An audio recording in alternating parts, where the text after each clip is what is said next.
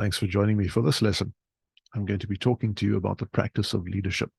Having covered the principles of leadership, or in other words, the foundations, the very truths that establish our understanding of what leadership is, we can start to expand upon that and contemplate what leaders actually do in practice.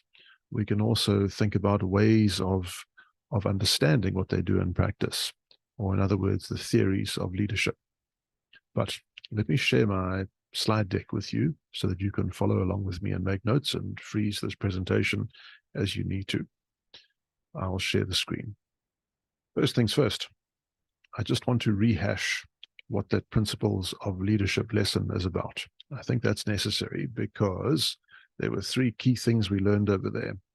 1.1, as I have it here, I drew a distinction between managing and leading, or in other words, not every manager is necessarily a good leader, but similarly, not every good leader is necessarily a good manager.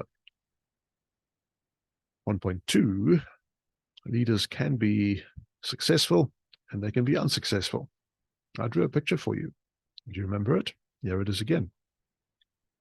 My point was that everything we do as a leadership action is something which we want to have giving rise to very effective outcomes. The alternative, of course, is that we'll settle for less effective outcomes, and ineffective outcomes are almost as bad as unsuccessful leadership. There's no point in doing it at all. So 1.1, 1.2, and now 1.3. Leadership is a function of power. Power that comes from one's position, or what I've referred to here as authoritative power, and power that comes from one's influence. One's influence is a function of one's personality and one's expertise. Just being really good at what you do will cause some people to follow you. Of course, positional power is what your title gives you. It enables you to boss people around. Now, with those three things out of the way, let's have a look at the point of these two episodes in leadership practice. First of all, I need to draw you a timeline of the evolution of leadership theory. And once we have that, we can elaborate how leadership theory has developed, really, because our theories have become more fulsome, more elaborate, more detailed. They give us a greater understanding and insight into what actually happens when there's real leadership going on. And that means we're going to contrast the trait, behavioral, and contingency models, and then look at the modern models. And the modern models are really about relationship theories of leadership. But let's look at that timeline. There it is.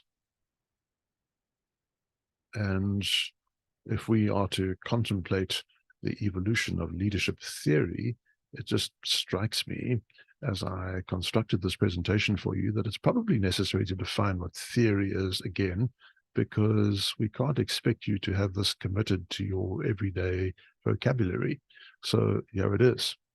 A theory is, for most of us in our day-to-day lives, just the hunch that we have about how things work. And we will say to our friends, hey, I've got a theory.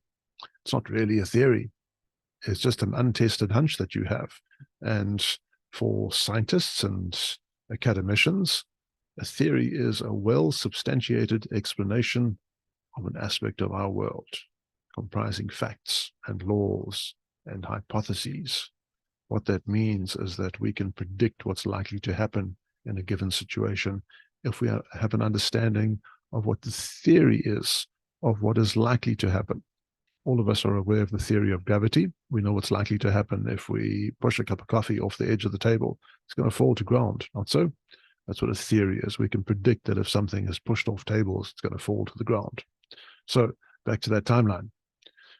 We see here the great man theories, and those held sway in terms of what we were recording in management science literature right up to the early 1900s.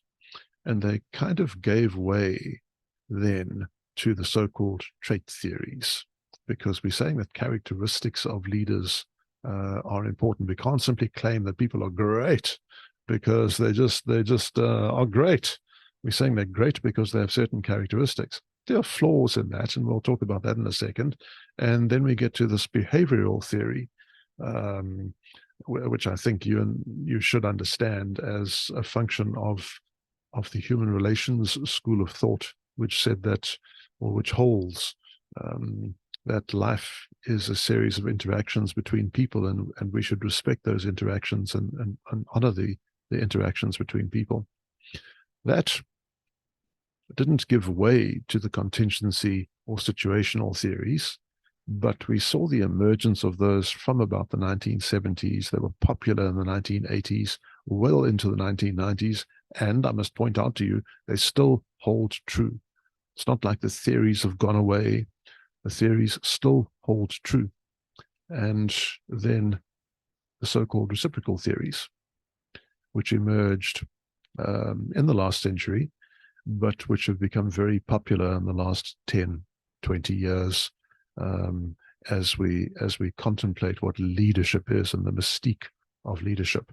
So first things first, over here, we must address what we mean by trait theories, not so? So the logic is that there are certain characteristics that leaders demonstrate. They are driven people. They have an ambition to lead, and they're very confident, but very honest also, with a sense of integrity. They're very smart, and they are experts at what they do. They have job-relevant knowledge. But there's a problem with that, a real big problem. Not all leaders are necessarily honest, and not all leaders are necessarily characterized by integrity, and not all leaders, for that matter, are necessarily characterized by being experts at anything, for that matter, except perhaps leading people.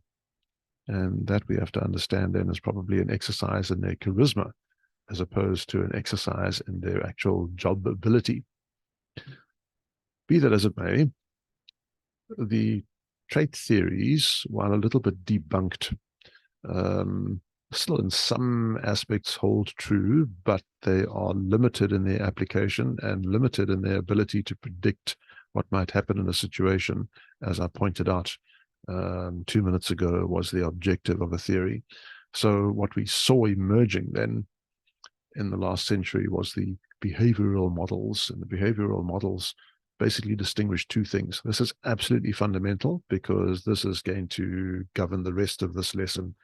So bear this in mind. We're saying that leaders are going to be characterized by consideration or concern for people, or they're going to be characterized by their initiating structure, which is a fancy word for getting the job done. So you can be job focused or you can be people focused. If you're job focused, it's a simple way of saying that you rank high on a dimension of initiating structure. That's job focus. Or you can be people focused. In other words, you're worried about the relationships that you enjoy with people.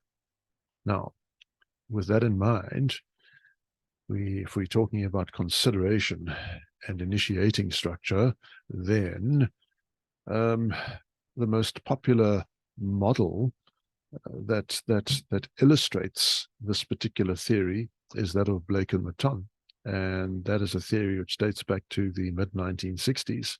And I'm going to draw it for you over here. You can haul this up online if you like, or you can look at your textbook for a copy of it, and I do recommend that you look at the textbook. And what we see here are two dimensions, two axes. Even if you didn't do well at maths in school, we know that this is the x-axis, and on this axis we're simply plotting from 0 to 10, shall we say, although they've only got 1, 2, 3, 4, 5, 6, 7, 8, 9 on this axis, a concern for production and an initiating structure, a task focus, as opposed to a people focus, where similarly a leader is someone who can be very focused on people or not particularly focused on people. So a so-called 1-1 leader is someone who's going to rank low on a concern for production, as well as low on a concern for people. And Blake and Maton simply called this impoverished management. It was something that they thought was going to be characterized by someone who was just so out of it that the job didn't get done and the people weren't happy either. There doesn't seem to be any point in that. In contrast, if you rank very high in terms of your initiating structure or your job or task focus, as well as very high on your focus on people, then you're going to be a 9 leader, and they refer to this as team management. Similarly, you can talk about a 1-9 leader and a 9-1 leader, and each of those has a description. I'm not going to belabor the point. I'm going to ask you to look into this and spend 15 minutes familiarizing yourself with regard to what the Blake and Maton managerial grid represents as a theoretical approach and as like the poster child, like the exemplar of what we mean when we talk about behavioral management. You recall from my agenda, I said that the thing which followed, the theories which followed behavioral management were so-called contingency models.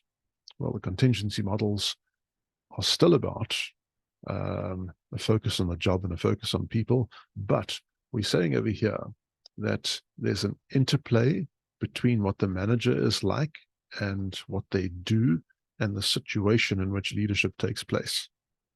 That's a crucial one, because it's fundamental to the models which the contingency models, particularly of the 1990s, and I have one that I'm going to be discussing with you in some detail and illustrating for you. But for a period of 40 years, shall we say, the contingency models held sway. And in other words, academicians and scholars and practicing managers said, this is how we understand the practice of leadership. There are several types of contingency models. And the point of this is that we know that leaders are going to act, or we can predict rather. We can predict that leaders are going to act differently depending on the situation with which they are faced. In other words, the situation in which they have to lead. And situations are going to be a little bit too much for some leaders, but they'll be ideal for others. So some leaders will blossom in very fierce situations, and other leaders prefer things to be a little bit more calm and settled. What's important or core is that different situations require different leadership behaviors. So there are different types of leaders in respect these theories again: relationship-oriented leaders, people-oriented leaders, people-focused leaders, and task-oriented leaders. And these task-oriented leaders are worried about getting the job done. Very little different in this, do you see, from the models, the behavioral models which preceded them. I prefer to think of these as situational leadership models, and I'll cover the basics of this with you over here. 3 foundations underpin Fiedler's model, and Fiedler maintained the extent to which followers like, trust, and are loyal to their leader serves to determine how favorable a situation is for leading. Think about that. Relationships can be good or poor. If I'm leading a group of people and we have a poor relationship, then that is going to characterize the nature of the leadership actions that I undertake and the nature of your followership actions. Task structure is a critical one. The extent to which work is clear-cut. means that if things are very clear-cut, then it's easier to simply get on with the job. If things aren't very clear-cut, then you recognize the leader has a responsibility to clarify that haziness for the followers. As a leader of a group where things are not very clear-cut, I can't simply say, get on with the job to my followers, because that's really unreasonable. I need to give them more clarity, more guidance than I would have to if it was a simple, clear-cut case of getting something done. And then third, in Fiedler's model, position power. The position power that a leader can enjoy can be very strong if they have a lot of authority, and can be very weak as positional authority. Remember the two types, positional authority and personal authority or expertise. Your positional authority is what counts in Fiedler's model. So Fiedler is saying, are there some people that leaders really like? And is the task clear-cut or not? And does the leader have a lot or a little bit of position power? And on the basis of these three things, Fiedler then said you could predict what would happen in a particular situation. In other words, the best leadership for a situation depends upon those three things. And that being the case, a task-oriented leader will struggle to lead where leader-member relations are poor if there is a need for the leader to clarify and explain how things should happen to the followers. Again, if I'm a leader of a group of people and the situation isn't very clear-cut, and I don't have favorable relations with those people. In other words, if I'm a really harsh boss who likes to boss people around, people who boss other people around really take the time off to explain, to slow down and break things down into steps. So particularly where the task structure is unclear, then task-oriented leaders are going to struggle. On the other hand, where things are clear, then the task-oriented leader will be able to get away with being task-oriented, if you like. We're also saying that a task-oriented leader will rejoice in situations characterized by having high position power, because they're simply saying, get on with the job, followers. They like being the boss, remember. But relationship-oriented leaders do better when leader-member relations are poor to start off with, because they take the time and trouble to engage with people. Where task structure is poor, they take the time and trouble to engage with people to clarify what needs to be done. And when position power is weak, then the relationship-oriented leader does better in so much as a weak task-oriented leader is not going to be able to rely on their positional power, whereas a relationship-oriented leader is able to rely on their expertise and the nature, the quality of their social relations. So that's Fiedler's model. A bit of a complex one. And I can tell you from personal experience, there is more than a grain of truth to this, but it's not telling you how to behave. Now, here's the thing. The theories which developed from this starting position gave us a perspective that said maybe you need to experiment and practice and rehearse behavior patterns which will allow you, as a leader that is, to modify your behavior to suit the situation. So it becomes appropriate to be task-oriented when you don't have to be anything more. And it becomes appropriate to be relationships-oriented when the task requires it, when the situation requires it. So we'll come back to this. But that's Fiedler, and I strongly recommend you spend some time getting to grips with the Fiedler's model. Then we've got House, and House came along with something he referred to as path goal theory. Effective leaders motivate subordinates to achieve goals by identifying the outcomes very clearly that they're trying to achieve. In other words, you specify the structure of the task and dishing out rewards for high performance and clarifying the goal, the path rather, to attainment of the goal. So if you make it clear for people, and you support your subordinates and you point out precisely what it is that they should be aiming towards, then your leadership outcomes are likely to be more successful. And if they are successful, they're likely to be more effective. That's what we want, don't you think? That's what this is all about. So House pointed out that you get 4 classes of leader. You get directive leaders. They boss people around. They let employees know what is expected of them. They schedule the work and they say, go, get the work done. This is the guidance you need, now get it done.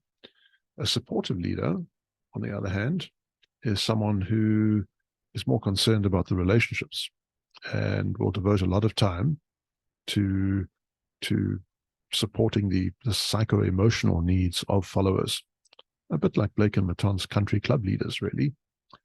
Then you have participative leaders who consult with employees and use their suggestions before making a decision, as it says over there.